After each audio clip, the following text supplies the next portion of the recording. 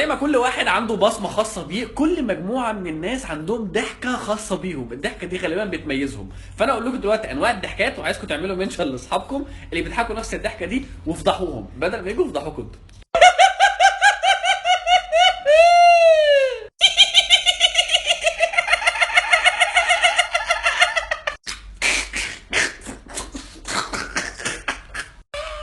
ها ها ها ها ها ولد.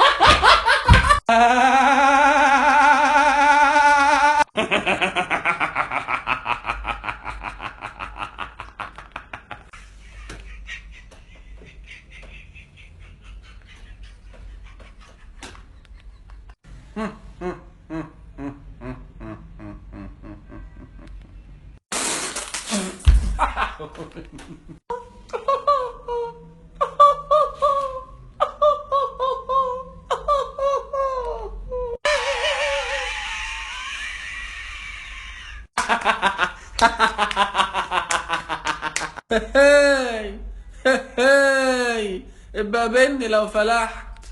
من الاخر، مهما كان شكل ضحكتك اوعى تحاول تغيرها، ضحكتك دي احلى حاجه فيك، حاول انت تنميها اكتر واكتر واكتر، وغيظ اي واحد يقول لك انت ضحكتك اكتر حاجه فطحانه، مش هتخرج معانا تاني عشان ضحكتك بتفضحنا في الكافيه او في الخروجه. من الاخر، اي حد يقول لك غير ضحكتك، بص له في عينه وقول له بصوت واضح مش بغير ضحكتي.